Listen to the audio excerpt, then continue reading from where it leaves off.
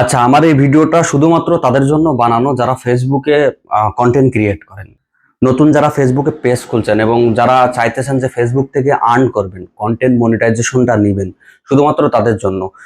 আর বাকিরা চাইলে ভিডিওটা স্কিপ করতে পারেন। এখন আপনি যদি নতুন কন্টেন্ট ক্রিয়েটর হয়ে থাকেন, ফেসবুকে নতুন পেজ খুলে থাকেন, তাহলে অবশ্যই ভিডিওটা শেষ পর্যন্ত দেখবেন।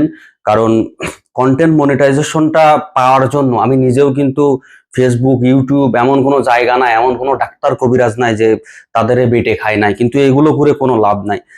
আমি যে পেজটা চালাইতেছি, পেজটা আমি হচ্ছে কর্নারে এখানে দিয়ে দেবো, ঠিক আছে, আপনারা দেখে নিন। এটাতে মাত্র 5,500 ফলোয়ার এবং এটাতে আলহামদুলিল্লাহ কন্টেন্ট মনিটাইজেশনটা কিন্তু আমি আহ, গত পরশুদিন পাইছি। এবং অলরেডি কন্টেন্ট মনিটাইজেশন টুলটা কিন্তু অলরেডি অ্যাক্টিভ হয়েছে এবং সেখান থেকে কিন্তু ওই যে 1 সেন্ট 2 সেন্ট 3 সেন্ট করে করে আসা শুরু করছে। আর আমার যেহেতু ফলোয়ার বেশি না, ভিউ অত বেশি আসে না, তারপরেও মোটামুটি আমি যে কন্টেন্ট গুলো আপলোড করি সেগুলো রিয়েল এবং অথেন্টিক কন্টেন্ট। তো এই বিষয়টা আমি শেয়ার করতে চাচ্ছি আপনাদের সাথে যে আমি কিভাবে একটা নতুন পেজে কন্টেন্ট মনিটাইজেশন সেটআপ পাইলাম। আপনি যদি ইউটিউব বা ফেসবুকে গিয়ে সার্চ করেন তাহলে কিন্তু দেখবেন যে হাজার হাজার ভিডিও আছে। মানে এরকম একটা অবস্থা ইউটিউবের যে রোগীর থেকে ডাক্তার বেশি, সব এক্সপার্ট, এক একজন এক এক রকম এক্সপার্ট, যেন মনে হয় যে ফেসবুক এর আন্ডারে তারা জব করে, এরকম ভাবে কথাবার্তা বলে, তাদের ভাবভঙ্গি দেখলে এরকম মনে হয়। তো আমি ওরকম কোনো এক্সপার্ট না বা কোনো কিছু না, বাট আমি কিন্তু ফেসবুক 2009 থেকে ইউজ করি, 2009 সাল থেকে ইউজ করি। সো মোটামুটি টুকটাক সবকিছু কিন্তু বুঝি। আর যারা মূলত ফেসবুক পেজ চালায় বা পেজ ওপেন করে পেজ থেকে টাকা ইনকামের চিন্তা ভাবনা করতেছে, তারা কিন্তু ছোট বাচ্চা না কেউ, তারাও কিন্তু টুকটাক ভালোই বোঝে, ঠিক আছে, কিভাবে ভিডিও এডিটিং করা লাগে, কিভাবে স্ক্রিপ্টিং করা লাগে, কিভাবে ভিডিও শুট করা লাগে, কিভাবে সেটা আপলোড করা লাগে। এরা কিন্তু সবকিছু বোঝে, এগুলো বোঝানোর কোনো দরকার নেই। আচ্ছা, মূল কথায় আসা যাক, আমি কিভাবে কন্টেন্ট মনিটাইজেশনটা পেলাম।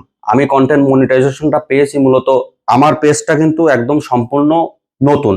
আজকে পেজের বয়স হচ্ছে আপনার 2 মাস 5 দিন, 2 মাস 5 দিন পেজের বয়স।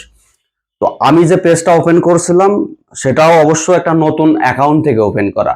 নতুন অ্যাকাউন্ট বলতে 5 থেকে 6 মাস বয়স হবে আমার অ্যাকাউন্টটার স্ক্রিনশটও আমি এখানে দিয়ে দেবো। তো ওই অ্যাকাউন্টের আন্ডারে এই পেজটা ওপেন করা, একদম নিউলি পেজ ওপেন করছিলাম, 2 মাস বয়স হয়েছে। তো আমি প্রথম থেকে কিন্তু একেবারে অথেন্টিক কন্টেন্ট আসে না, কিছু পাবলিক যে দেখা গেল এখান থেকে ভিডিও ডাউনলোড করলো, ওখান থেকে ডাউনলোড করলো, বিভিন্ন চাইনিজ অ্যাপ থেকে ডাউনলোড করলো, ডাউনলোড করে ওইগুলা মডিফাই করে ওইগুলো আপলোড করলো। আমি কিন্তু এইগুলা করতাম না। আমি যাই করতাম সেগুলো ছিল আমার নিজের ফোন থেকে শুট করা, সেগুলো মিউজিক লাগিয়ে এডিট করে, মানে ফানি ভিডিও ধরনের কন্টেন্ট। তারপরে বিভিন্ন জায়গায় গেলে ওই যে আছে স্ট্রিট ফুড, তারপর মানুষজন কোথায় কি বিক্রি করতেছে, এগুলো ভিডিও শুট করে আমি আপলোড করতাম। মানে যা ছিল সবকিছু অথেন্টিক। এবং ফেসবুকের যে কমিউনিটি গাইডলাইন সিস্টেম আপনারা জানেন, সেগুলো ফলো করতাম, কোনো ভায়োলেশন নাই, কোনো কিছু নাই। তারপরে ফেসবুকের যে এক্সপেক্ট রেশিওটা আছে, মানে আপনি লং ভিডিও কোন ফ্রেমে আপলোড করবেন, শর্ট ভিডিও কোন ফ্রেমে আপলোড করবেন, এটার যে সিস্টেম আছে এই সিস্টেমটা কিন্তু আমি সম্পূর্ণ ফলো করতাম। মাঝে মধ্যে টেক্সট পোস্ট করতাম, ফটো পোস্ট করতাম। আর আপনার হচ্ছে আমি কিন্তু 1.5 মাসের মাথায় গিয়ে, 1 মাস 15 থেকে 16 দিনের মাথায় গিয়ে ওই ইনস্ট্রিম অ্যাড সেটআপটা আমার চলে আসছে, ঠিক আছে। আমার ফলোয়ারও কিন্তু খুব দ্রুত ইনক্রিজ হয়ে গেছে, 5,000 প্লাস হয়ে গেছে। তো আপনার হচ্ছে কি বলে ওইটা চলে আসছে, ইনস্ট্রিম অ্যাডটা চলে আসছে। ইনস্ট্রিম অ্যাডটা চলে আসার পরে আমি যখন সেটআপ দিতে যাই তখন আমি ইস্যু ফেস করি যে ওইটা সেটআপ নেয় না, কারণ ইনস্ট্রিম অ্যাড তো ফেসবুক অলরেডি এটা ক্লোজ করে দিছে। তো যখন নেয় না তখন আমি ইউটিউব ঘাটাঘাটি শুরু করলাম। এখন ওখানে তো ডাক্তার কবিরাজের অভাব নাই, হাজার হাজার ডাক্তার কবিরাজ, সব এক্সপার্ট, ঠিক আছে। ফেসবুকের কি বলে বড় বড় সিইওরা বসে আছে ইউটিউবে, এরকম একটা অবস্থা। তো এখানে কোনো কাজ হইলো না। পরবর্তীতে আমি চিন্তা ভাবনা করলাম যে যেহেতু আমি লাইভে যাইতে পারি না, আমি যখন লাইভে যাওয়ার ট্রাই করলাম, লাইভে যাইতে পারি না, ওইখানে শো করে যে মিনিমাম 2 মাস বয়স না হইলে লাইভে যাইতে পারবো না। তো তখন আমার মাথায় একটা থিঙ্কিং আসলো যে হয়তোবা 2 মাস হয়ে যাওয়ার পরে আমি মনিটাইজেশনটা পেয়ে যাইতে পারি।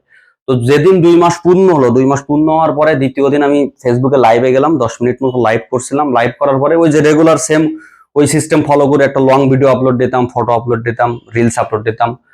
তো তার 2 থেকে 3 দিন পরে সকালবেলা ঘুম থেকে উঠে দেখি যে কন্টেন্ট মনিটাইজেশন সেটআপটা আমার চলে আসছে। এবং আমি যখন টুলসটা সেটআপ করলাম, সেটআপ করার 8 থেকে 9 মিনিটের ভিতরে কিন্তু এটা অ্যাকসেপ্ট হয়ে গেছে এবং এটা কাজ করা শুরু করছে।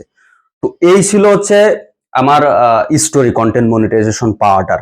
যাই হোক, এই যে প্রচুর গরম পড়তেছে, উপরে যেহেতু ফ্যান চলতেছে না সেহেতু গরম লাগতেছে। তো এটা হচ্ছে টোটালি আপনাদের সাথে আমি বিষয়টা শেয়ার করলাম। আমার মনে হলো যে যারা নিউলি কন্টেন্ট ক্রিয়েটিং শুরু করতেছে ফেসবুকে, তারা মনে করতেছে যে না আমি কিছু করতে চাই ফেসবুক দিয়ে, তো তাদের জন্য এটা অনেক উপকারী হবে, এই কারণে আমি বিষয়টা শেয়ার করলাম। তো আমি কোনো এক্সপার্ট না বা আমি কোনো ইউটিউবার না, এটা কোনো আমার ব্যবসা না, ভিউ ব্যবসা না, কোনো কিছু না। আমার পার্সোনাল এক্সপিরিয়েন্স থেকে আমি বলবো যে আপনি যদি ফেসবুকে কন্টেন্ট মনিটাইজেশন পেতে চান, তাহলে আপনি সিম্পল কিছু রুলস ফলো করবেন। আপনি যে ভিডিওটা আপলোড করবেন, ভিডিওর কোয়ালিটিটা চেক করবেন, কোয়ালিটিটা যেন অবশ্যই আপনার হচ্ছে মানে আপনি নিজেই দেখলে যেন মনে হয় যে না ভিডিওর কোয়ালিটি ঠিকঠাক আছে। ফেসবুকের রুলস অনুযায়ী তো 720p দেখায়, বাট ভিডিওটা একটু চেষ্টা করবেন মানে এইচডি দেওয়ার জন্য। তারপরে ভিডিওর সাউন্ড কোয়ালিটিটা একটু বেটার করার চেষ্টা করবেন। আর কোন জিনিসটা আপলোড করতেছেন, কি আপলোড করতেছেন, কন্টেন্টটা একটু মানসম্মত হওয়া লাগবে, বুঝতে পারছেন, একটু ফ্রেন্ডলি কন্টেন্ট হওয়া লাগবে। এবং আপনি প্রতিদিন দেখা গেল 2টা করে রিলস আপলোড করবেন, সপ্তাহে 2টা থেকে 3টা লং ভিডিও আপলোড করবেন, লং ভিডিও ফরম্যাটে। এবং ফরম্যাটটা কিন্তু ওরকম হওয়া লাগবে, ঠিক আছে, ওই যে 1:1 অথবা আপনার 4:5 যে এক্সপেক্ট রেশিওটা আছে, ওইটা কিন্তু ওই অনুযায়ী আপনার আপলোড করা লাগবে। আপনি কিন্তু এনেও আপলোড করলে ওটা কাজ হইতো না। তারপরে আপনি ফটো আপলোড করবেন মাঝে মধ্যে, মাঝে মধ্যে দেখা গেল যে আপনি টেক্সট আপলোড করবেন, সপ্তাহে দেখা গেল 1 দিন বা 2 দিন লাইভ করবেন। এরকম ভাবে যদি কন্টিনিউ আপনি 1 মাস করতে পারেন, এবং কন্টেন্টটা ভাই আপনার অথেন্টিক হওয়া লাগবে। আপনি যেটাই করেন না কেন, আপনার নিজের ফোনের ক্যামেরা দিয়ে আপনি শুট করেন, শুট করে আপনার আশেপাশে যা কিছু আছে, ঠিক আছে, ওইগুলো উঠাই নিয়ে এসে আপনি আপলোড করেন, কোনো সমস্যা নাই। বাট কন্টেন্টটা মানসম্মত এবং অথেন্টিক হওয়া লাগবে। কারোর ওই যে চুরি করা পাবলিক আছে না, কিছু কিছু পাবলিক যে এর কন্টেন্ট ডাউনলোড করে, ওর কন্টেন্ট ডাউনলোড করে, বা এইগুলো ডাউনলোড করে নিয়ে আপনি ফেসবুকে আপলোড করবেন, এগুলোতে ভাই মিলিয়ন মিলিয়ন ভিউ না হয় আপনি পাইলেন, কিন্তু বাট মনিটাইজেশন তো পাবেন না, এখানে টাকা আসবে না। তাহলে আপনার মিলিয়ন মিলিয়ন ভিউ নিয়ে, লক্ষ লক্ষ ফলোয়ার নিয়ে কোনো লাভ আছে? তো এই জিনিসগুলো হচ্ছে আপনার হচ্ছে আমার শেয়ার করার প্রয়োজন মনে করছিলাম আপনাদের সাথে, যে কারণে দেখেন ফ্যানটা অফ করে গরমের ভিতরে বিষয়টা আপনাদের সাথে শেয়ার করলাম। তো বিষয়টা ভালো লাগলে আহ, অবশ্যই কমেন্টে জানাবেন। এবং যদি কোনো প্রকার কোনো সাজেশন লাগে বা হেল্প লাগে, কোনো কিছু জানতে চান, অবশ্যই আমার হোয়াটসঅ্যাপ নাম্বার আমার পেজের ভিতরে দেওয়া আছে, সরাসরি নক করবেন, কল দিবেন না, কেউ জাস্ট মেসেজ দিবেন। আমি যতটুকু জানি আমি হেল্প করার চেষ্টা করব। That's all. সবাইকে অসংখ্য ধন্যবাদ।